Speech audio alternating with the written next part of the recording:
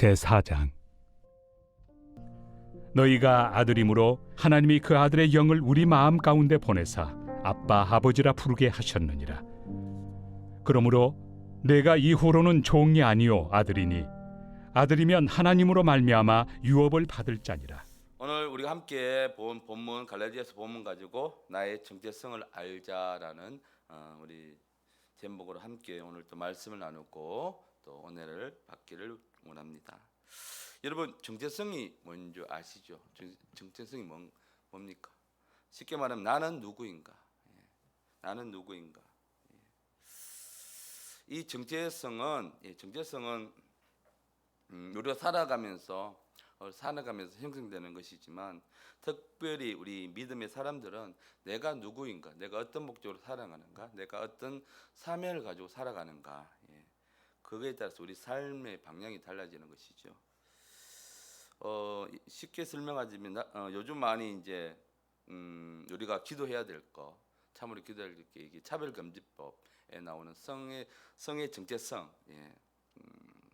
하나님은 우리도 이제 창세기를 배우면서 하나님 우리를 어떻게 창조하셨는지 배우고 있잖아요. 하나님은 남자, 여자, 남성, 여성을 창조하셨지 남성 가운데 여성 이렇게 창조하지는 않으셨다는 거 분명히 나옵니다. 그래서 우리가 항상 지금 기도해야 될 것이 유럽의 많은 나라들이 이 차별금지법에 대해서 찬성을 함을 통해서 또 그 법을 만듦을 통해서 이 이제 성경에 대해서 정면으로 이제 반박하는 부분이 나옵니다. 저희 나라에도 이제 많은 국회의원들이 차별금지법을 만들기 위해서 무수하게 노력을 하고 있죠. 이거는 정말 성경에 위배되는 행동입니다.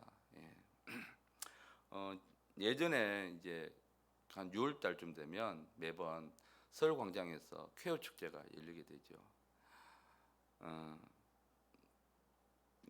전임 서울시장 박영수 시장 때부터 시작해서 계속 이제 이것을 허락해 왔죠.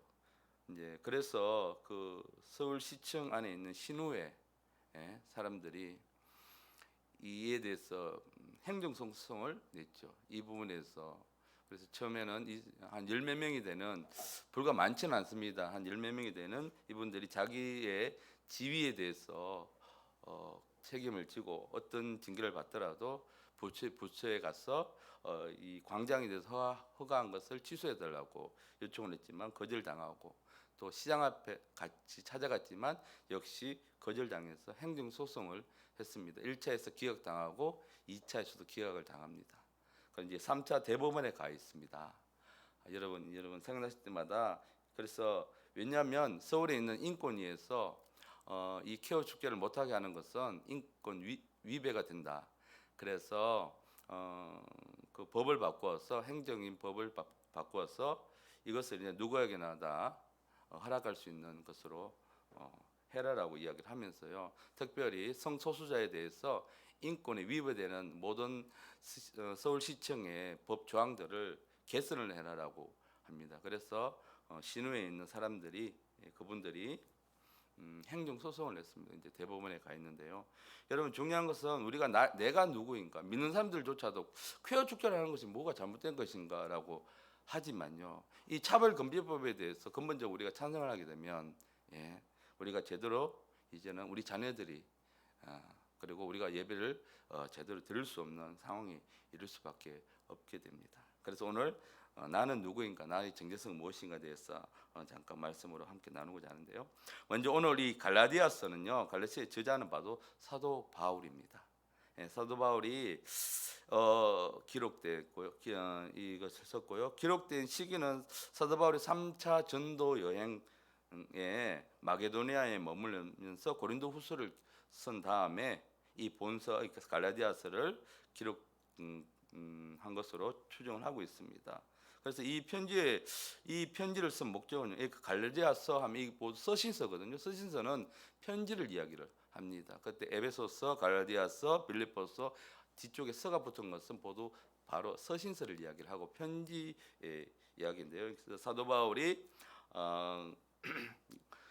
그 당시 유대 율법자들의 그릇된 가르침, 대해서요. 그것을 바로잡고 오직 믿음으로만 구원을 얻는다는 진리를 확인시키기 위해서, 그리고 자신의 전한 복음의 그 온전성, 정당성을 확정하기 위해서 이 갈라디아서를 기록했습니다. 당시 율법주의자들은 구원이 율법에 있다라고 가르칩니다.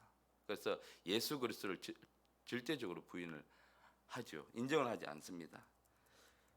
그래서 이 갈라디아서는요, 이 누구 특정인에게 보낸 서신서가 아니라 갈라디아 지방에 있는 그 교회들요. 예. 사도 바울이 1차 전도 여행 중에 세운 이 교회들에게 보낸 편지입니다. 그래서 이 교회 율법주의자들이 침투해서 율법을 준수를 강조하면서 이 교인들을 흔들기 시작하고 미혹하기 시작합니다. 그자 율법주의자들로 인해서 왜곡된 복음의 진리를 바로잡고 자신의 사도권을 변정하여서 자신이 정한 복음의 온전성을 확정하기 위해서 기록되었습니다. 그래서 구원이 오직 예수 그리스도에게만 있고 우리가 바르게 믿을 때만 구원을 받을 수 있다고 그렇게 가르치기 위해서, 그래서 이 당시에 율법주의를 통해서 이 복음이 변질되기 시작합니다. 그래서 율법을 지키지 않으면은 구원이 없다라고 그들은 이야기를 하게 되는 것이죠. 그래서 그것을 바로잡기 위해서 편지를 통해서 각 교회에게 이야기를 하게 되는 것입니다. 여러분, 예수 믿고요 구원받는 자의 최고의 특권이 뭐라고 생각하십니까? 많은 사람이 물으면 천국 가는 것이라 이야기를 하겠죠. 근데 오늘 우리 말씀에, 오늘 본문 우리 말씀을 봤죠. 그것은 바로 우리가 하나님의 아들이 되는 것입니다. 하나님의 아들. 우리가 하나님의 아들이 되었어요. 하나님을 아버지라 부를 수 있는 것, 그것이 바로 우리에게 가장 큰 축복이고 가장 큰 은혜인 것입니다. 그래서요, 우리 믿는 사람들은 감히 창조주 하나님을 아버지라 부를 수 있는 기쁨과 영광을 누리게 된 것입니다. 이것이 바로 우리가 나중에 죽어서 예수 믿고 죽어서 천국 가는 것보다, 또 우리가 어떤 어려운 문제를 응답받는 것보다, 또 내가 질병을 치료받는 것보다 더 큰 기쁨이고 영광이라는 것입니다. 그런데 오늘 현대를 살아가고 있는 우리 현대인들이 진정 내가 누구인지 어떤 사람인지 모르고 살아갈 때가 참 많이 있습니다. 그래서 근본적으로 내가 어디서 와서 왜 살아가며 어디로 가는지 모르죠. 그래서 요즘 인문학에 대해서 책들이 많이 나오고 있습니다. 인문학이 무엇입니까? 사람을 연구하는 학문이죠. 근본적으로 요즘 이제 예전처럼 우리가 먹고 사는 문제에 대해서 그렇게 우리가 신경 쓰는 단계는 떠났죠. 그래서 이제는 어느 정도 부유해졌기 때문에, 물론 다는 그런 건 아니지만 우리나라 그래도 평균 소득이 올라가고 하면서 내가 누구인가, 내가 어디서 왔는가, 이렇게 고민하면서 살아가는 사람들이 참 많이 생겼고요. 그로 인해서 인문학이라는 문학이 생겨나게 된 것입니다. 나라는 존재는 없고 세상의 기준과 방법대로 사는 세상의 종이라는 존재로만 모든 사람들이 살아갑니다. 그렇기 때문에요. 그래서 세상에는요, 죄의 종, 출세의 종, 그 돈의 종, 술과 마약의 종, 쾌락의 종이 얼마나 많이 있는지 모릅니다. 결국 사람들의 이 땅을 살아가는 목적이 무엇인가?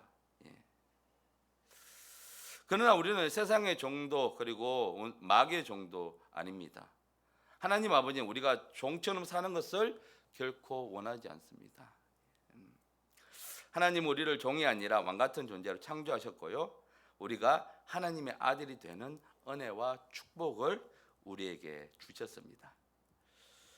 여러분, 그러면서요, 과연 오늘 본문을 통해서 과연 나는 어떤 존재인가, 오늘 우리 본문을 통해서 한번 알아가길 주님 원합니다. 그래서 이 땅에서 우리가 당당하게, 바르게, 멋지게, 행복하게, 신나게 살아가는 우리가 될 수 있는 것입니다. 내가 누군가를 알면, 내가 어떤 목적으로 살아가는가 알면 우리에게 주신 그 시간을 우리가 함부로 살아갈 수가 없다는 것이죠. 그래서 첫 번째, 나는 누구인가, 나의 정체성은 무엇인가? 첫 번째는요, 우리는 하나님의 아들이라는 것입니다.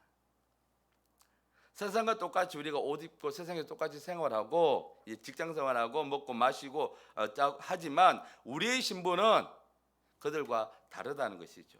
야고보서 1장 18절 말씀 함께 읽겠습니다. 그가 피조물 중에 우리로 한 천년매가 되게 하시려고 자기의 뜻을 따라 진리의 말씀으로 우리를 낳으셨느니라. 그리고요, 또 오늘 본문 갈라디아서 말씀을 보면 너희가 아들인 거로 하나님이 그의 아들의 영을 우리 가운데 보내사 아바 아버지라 부르게 하셨으니 그러므로 내가 이후로는 종이 아니요 아들이니라고 분명히 오늘 우리 말씀에 선포를 하고 있습니다. 자, 무엇입니까? 오늘 성경에도 분명히 우리가 종이 아니고 아들이라는 것입니다. 아들. 근데 안타깝게도 많은 성도들이 하나님의 아들로서의 자부심과 긍지와 책임감이 없이 살아가는 사람들이 너무나 많이 있다는 것입니다. 주위에서요, 요즘 부동산에 투자해서 얼마를 벌었고 또 가상화폐 투자해서 주식에 투자해서 내가 얼마를 벌었어, 이렇게 이야기를 들으면 아무것도 안 하고 있는 내가 초라해 보이고 무능력하게 보여서 자괴감이 든다는 사람들이 너무나 많이 있습니다. 그래서 세상들이 다 하니까 주식도 하고 내가 다 하니까 비트코인도 사고 내가 다 하니까 부동산에도 다 투자를 하고요. 이 모습은요, 세상 사람들의 모습입니다. 그들의 목적은 무엇입니까? 내가 어떻게 살아가느냐 있죠. 그런데 우리의 목적은 우리는요, 하나님의 아들이라는 것입니다. 그들과 신분이 다르다는 것이죠. 환경이 어렵고 소위 세상적인 성공 기준에 좀 내가 못 미치면서요, 그렇게 살아간다 할지라도요, 그리고 또한 부와 권세 앞에서 괜히 주눅 들고 어기소침해 지는 사람들이 참 많이 있습니다.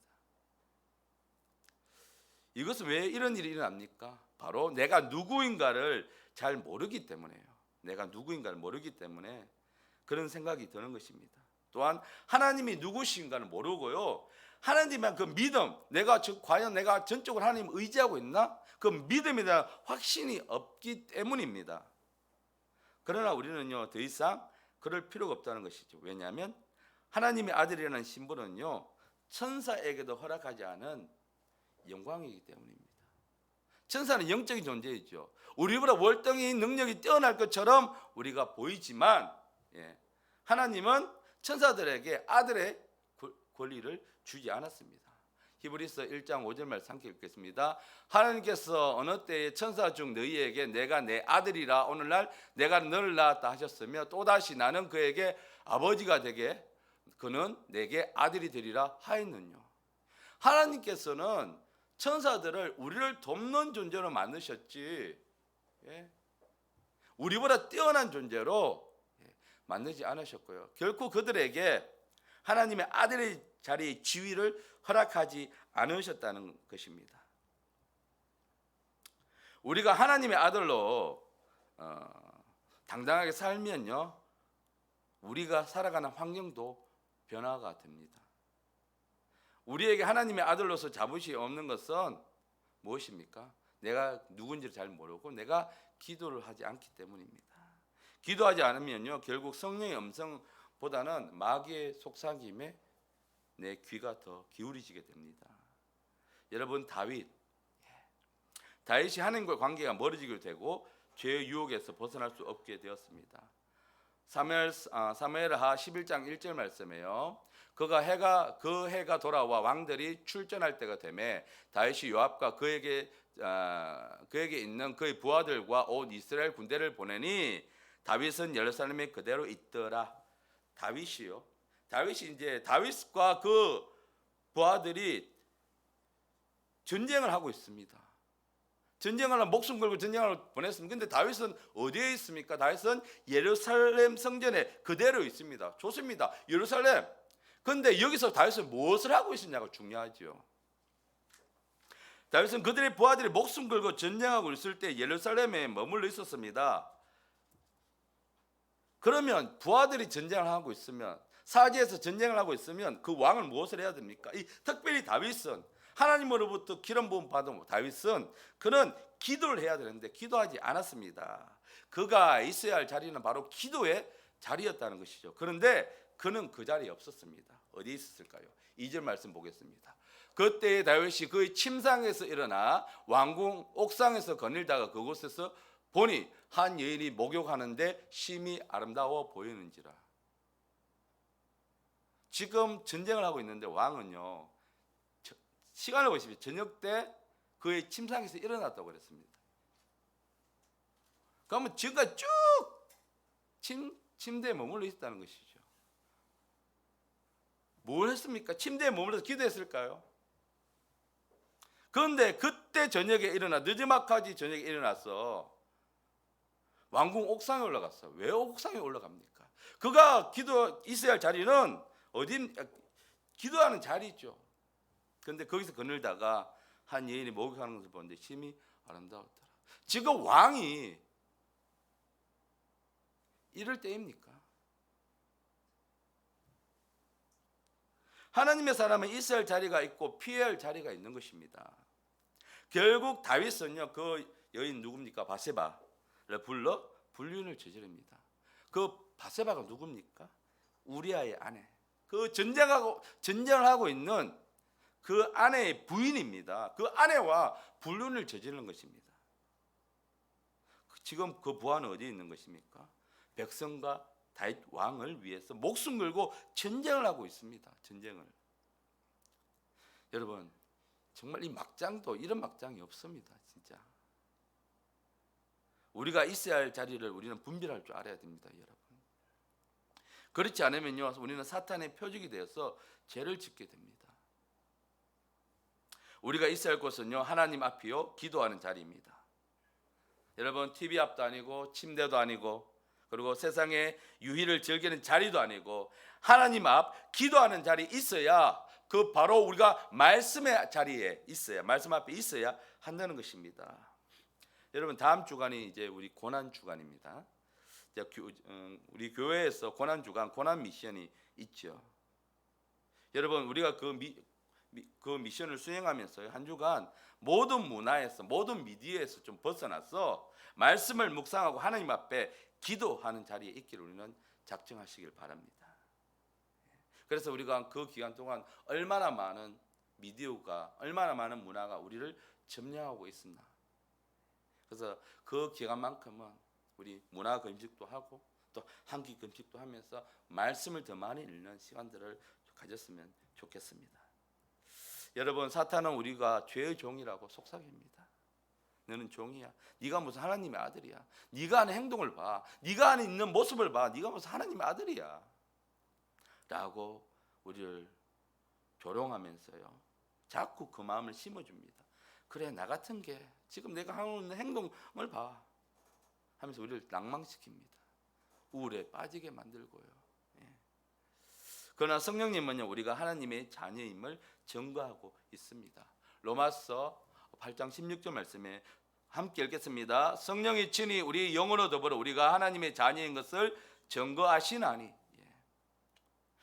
성령이 친히 우리 속에서요, 우리를 하나님의 자녀임을 우리를 증거를 하고 있는 것입니다. 그러므로요, 우리는요, 힘써 기도함으로 성령의 음성을 듣고 하나님의 아들이라는 꿈과 희망으로 우리는 충만하게 살아가야 합니다. 여러분, 종에게는 아무런 권세가 없습니다. 권리가 없습니다. 근데 아들에게는요, 주인이라는 권세가 있어요. 주인이라는.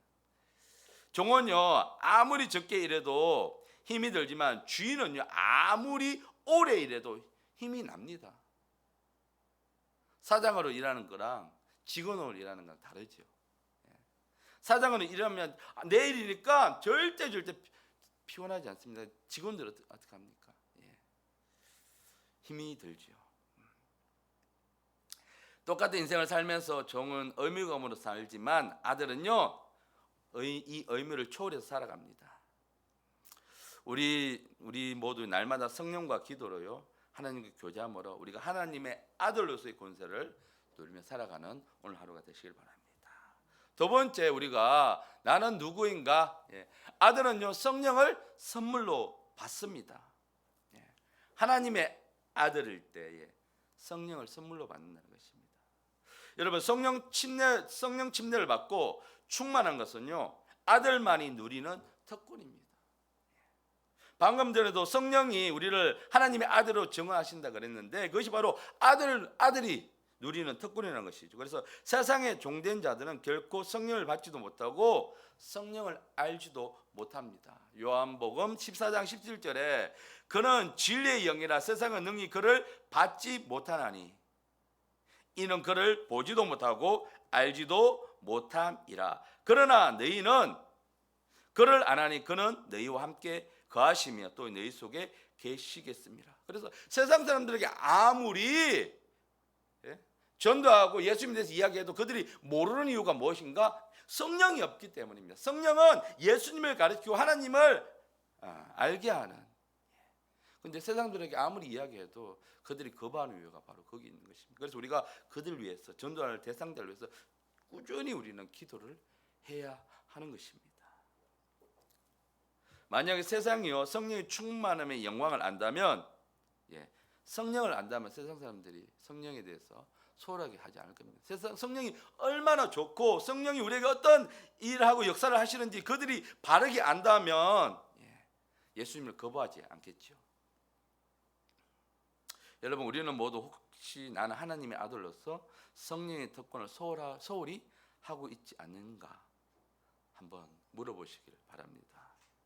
이따 기도하실 때 나는 하나님의 아들로서 성령의 특권을 소홀히 생각하고 있지 않는가.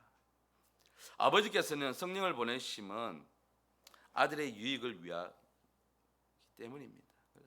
그래서 고린도전서 12장 7절 말씀에 각 사람에게 성령을 나타내시면 유익하게 하려 하심이라.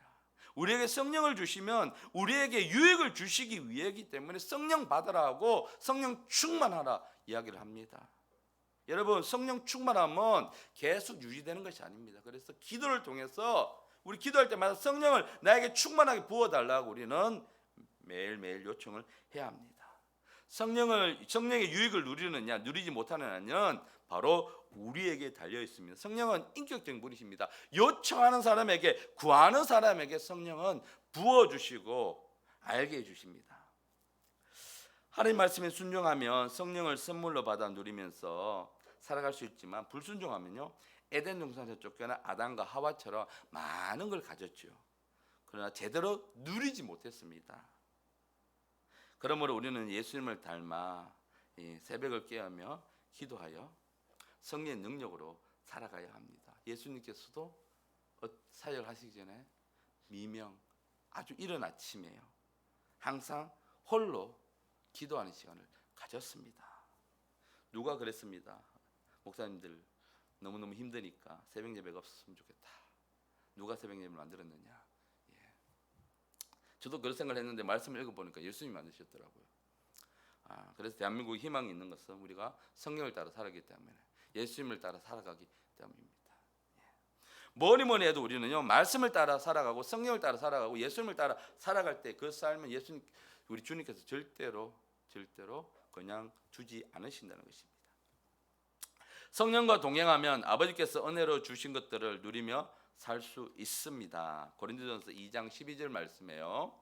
우리가 세상의 영을 받지 아니하고 오직 하나님께로 온 영을 받았으니 이는 우리로 하여금 하나님께서 우리에게 은혜로 주신 것들을 알게 하려 하시며, 우리가 은혜에 대해서 우리가 배웠죠. 은혜는 하나님이 그저 우리에게 주신 것이다.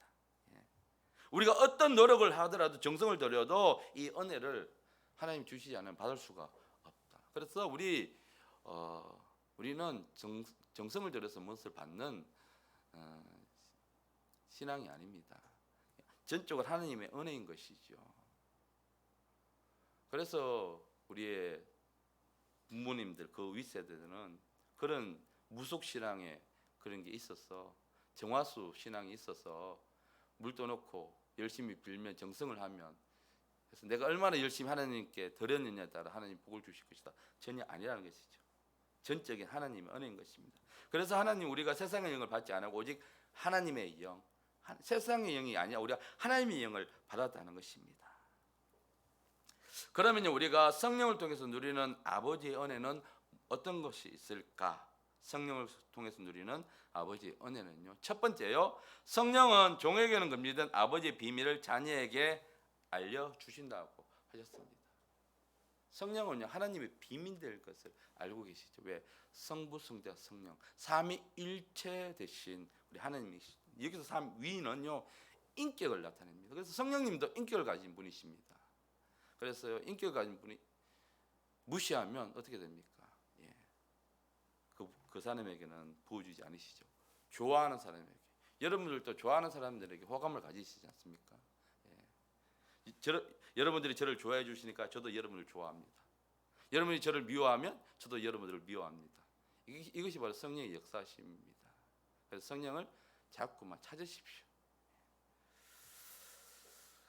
우리에게 알려주시는데요. 자, 고린도전서 2장 9절 10절 말씀에 기록된 바 하나님이 자기를 사랑하는 자를 위하여 예배하신 모든 것은 눈으로 보지 못하고 귀로 듣지 못하고 사람의 마음으로 생각하지 못한다고 함과 같으니, 그렇죠? 하나님이 예배하신 것은 우리가 눈으로 볼 수 있는 것이 아니고 우리가 그냥 이 육신의 귀로 들을 수 있는 것이 아니고 사람의 마음으로 생각할 수 있는 것도 아니라고 이야기를 하셨습니다. 그러면 무엇으로 알 수 있느냐? 바로 이것입니다.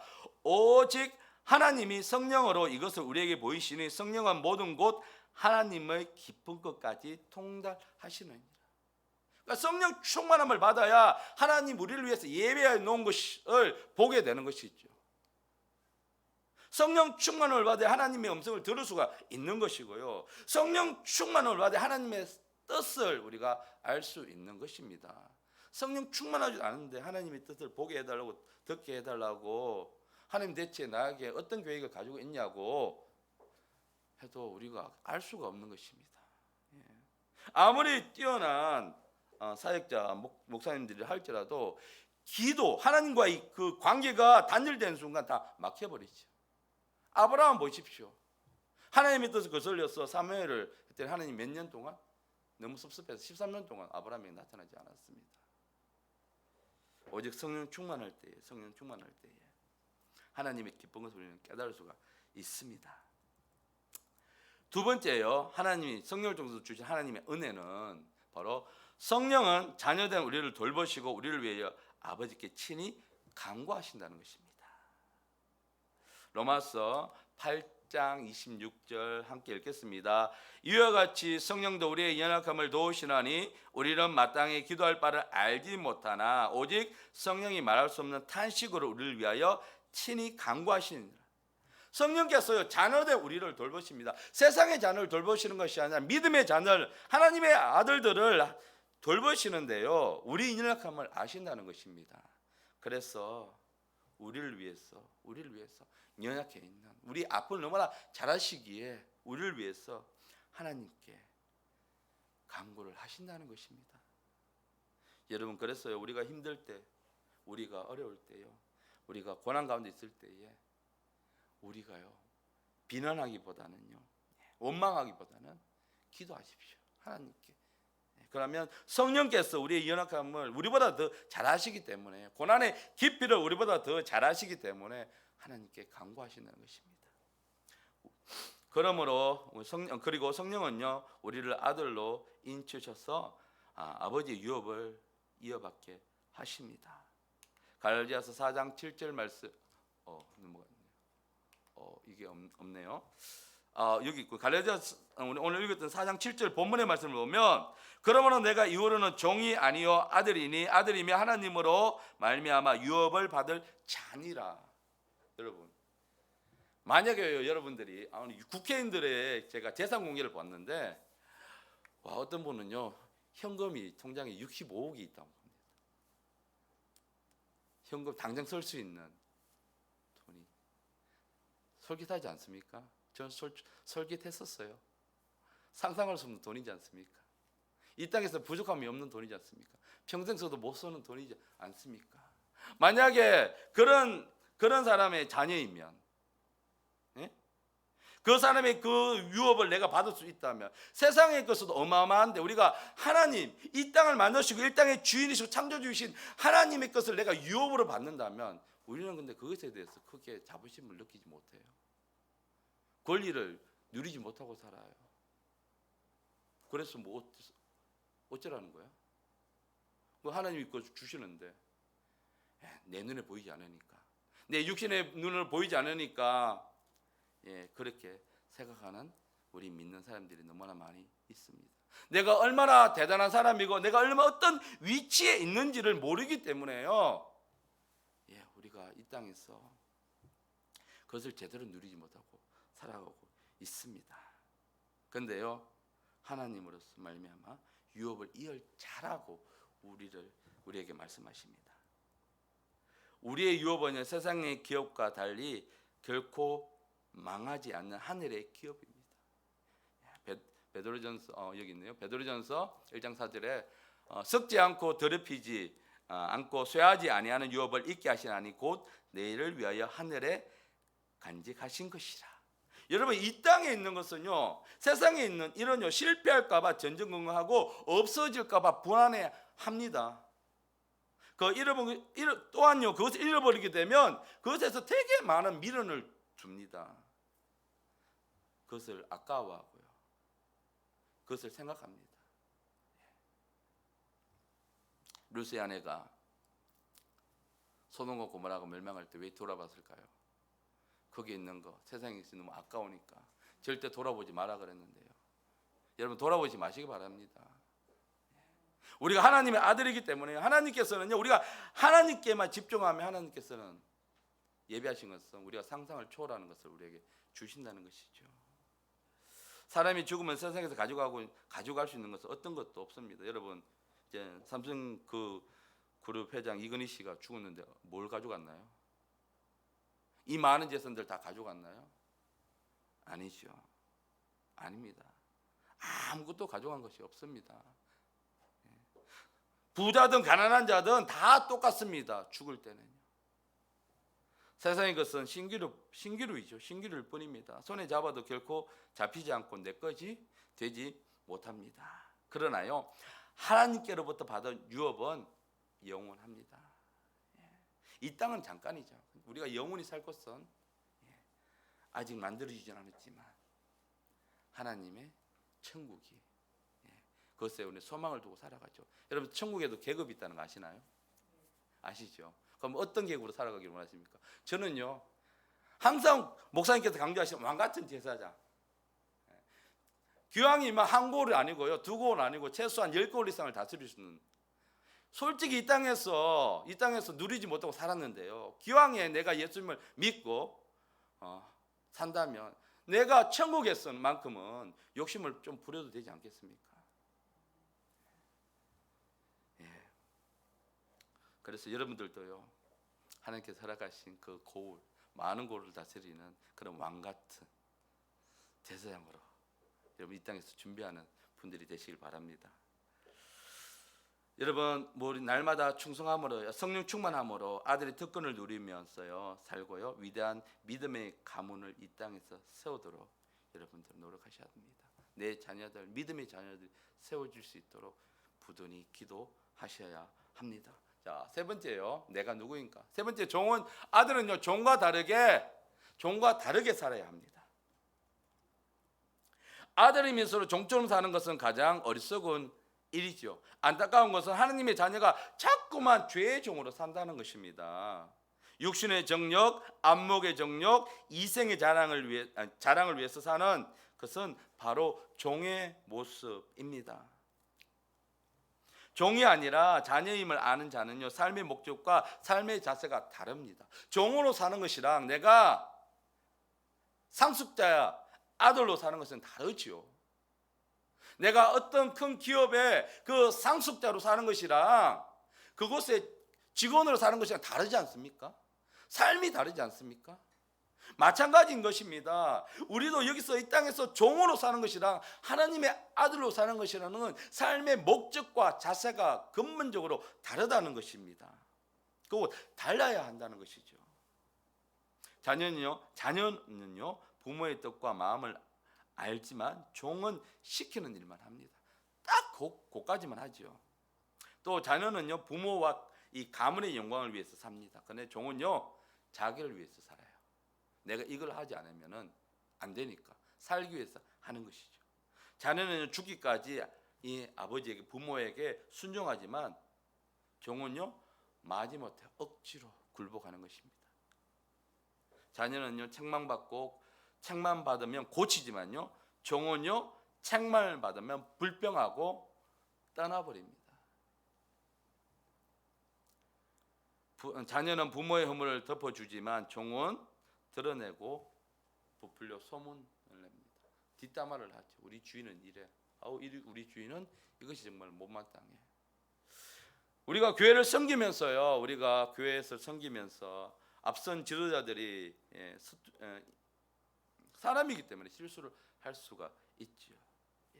그렇다면 여기서는요, 내가 교회의 주인이, 내가 교회의 주인이라는, 내가 교회에 속한 주인의 모습으로 살아가느냐, 아니면 그냥 구경꾼으로 살아가느냐, 여기에 자세가 달라지죠. 내가 기도해 줘야 되겠다, 아니면 불평불만하고 따라가느냐. 그래서 우리는요, 하나님의 아들로서 이 땅에 살아가야 된다는 것입니다. 여러분, 자녀는 가문을 세우지만 종은 단지 의무적으로 일할 뿐입니다. 그래서 하나님 우리에게 맡기신 일을 우리는 어떻게 바라보고 있는가? 내가 의무적으로 이것을 감당하고 있는가? 아니면은 내가 침노하면서 자원하면서 일을 감당하고 있는가? 그래서 아들은요, 종과 다르게 우리는 살아야 합니다. 이제 우리가요, 우리는 예수 그리스도를 닮아 하나님의 아들답게 살아야 합니다. 하나님의 자녀라면 아버지의 영광을 위해 사는 것이 인생의 목적이 되어야 합니다. 내가 무엇을 하든지, 그런데 너희는 먹든지 마시든지 무엇을 하든지 다 하나님의 영광을 위하여 하라. 우리가 살아가는 모습, 살아가는 그 모든 순간순간이 이유가 오직 하나님께 내가 영광이 되는가, 그것이 바로 삶의 목적이 되어야 된다는 것입니다. 그래서 이사야 43장 7절에 무릇 내 이름을 일컫는 자 곧 내가 내 영광을 위하여 창조한 자를 오게 하라. 그들을 내가 지었고 만들었느니라. 내가 내 영광을 위하여, 하나님께서는 하나님의 영광을 위하여 우리를 창조하셨습니다. 그래서 우리가 살아갈 목적은 우리 하나님의 영광을 위해서 살아가야 된다는 것이죠. 예수님처럼 아버지 뜻을 이루기 위해서는 우리는요, 죽기까지 복종하셔야 됩니다. 예수님께서는 빌립보서 2장 8절 말씀에 사람의 모양으로 나타나사 자기를 낮추시고 죽기까지 복종하셨으니 곧 십자가에 죽으심이라. 예수님께서 이 십자가를 지심을 너무 고민하셨습니다. 아버지, 제가 이 잔을 내게서 피할 수만 있다면, 내가 이것을 피할 수만 있다면 이라고 고민을 하였습니다. 그 고민을 가운데 저희들을 함께 기도해 주려고 요청을 했죠. 그런데 우리 예수님께서는 자기를 낮추시고 또 낮추셔서 죽기까지 복종하셨습니다. 우리도요, 하나님의 뜻을 이루기 위해서 이 죽기까지 복종하신 예수 그리스도의 모습을 우리는 따라가야 하는 것입니다. 아들은 아버지의 징계를 기쁘게 받아서 변화된 삶의 모습을 드러내야 합니다. 또한 우리가 아들이라면 하나님과 사람과 사람 사이에 화평하는 주인공이 되어야 합니다. 사람과 사이에 계속 불만만 일으킨 사람이 아니라 이 사람을, 하나님을 모르는 사람을 하나님과 화평을 이루고요 하는 사람. 그래서 우리가 있는 자리마다 불평, 불만, 다툼이 있는 사람이 아니라 그곳에 기쁨이 있고 평화가 있고 있는 사람으로 인해 살아가야 합니다. 예수님께서는요, 마태복음 5장 9절 말씀에 화평케 하는 자는 복이 있나니 저희가 하나님의 아들이라 일컬음을 받을 것이며, 하나님의 아들이 있는 곳에는 뭐가 있다? 화평이 있다, 평화가 있다. 이 말씀인 것이죠. 화평케 하는 자는 복이 있나니 저희가 하나님의 아들인 것이라는 것입니다. 그래서 오늘 말씀을요, 이제 우리가 마무리하면서 나는 누구입니까? 나의 정체성은 무엇입니까? 첫 번째가 바로 나는 하나님의 아들이라는 것이죠. 두 번째, 아들은요, 성령을 선물로 받습니다. 세 번째는요, 아들은 종과 다르게 살아야 합니다. 여러분, 우리가 팥죽 한 그릇에 때문에 장자권을 판 에서처럼 살지는 말아야 합니다. 장자이면 장자답게, 아들이면 우리가 아들답게 살아야 합니다.